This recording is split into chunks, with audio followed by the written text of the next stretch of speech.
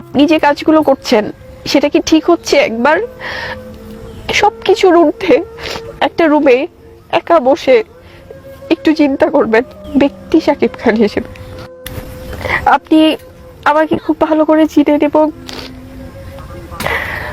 আপনি কেন এগুলো করছেন আমি জানি না। আপনার যদি কোনো সিদ্ধান্ত সেটা আপনি আপনার মতো করে নেন।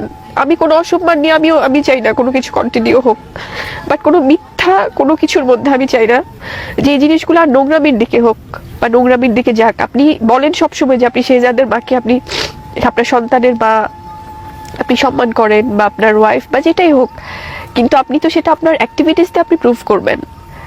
আপনি যে কাজগুলো করছেন সেটা কি ঠিক হচ্ছে? একবার সবকিছুর ঊর্ধ্বে একটা রুমে একা বসে একটু চিন্তা করবেন ব্যক্তি শাকিব খান হিসেবে। আমি আপনার কাছে রিকোয়েস্ট করছি, আপনি আর কোনো মিথ্যা অপপ্রচার দিয়ে কোনো এই ধরনের কোনো ব্লেম গেম করে আমাদের শেহজাদকে আর কোনো অপমান করবেন না প্লিজ।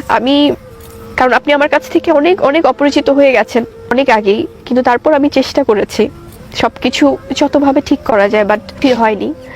সো আমি চাই আপনি ভালো থাকুন।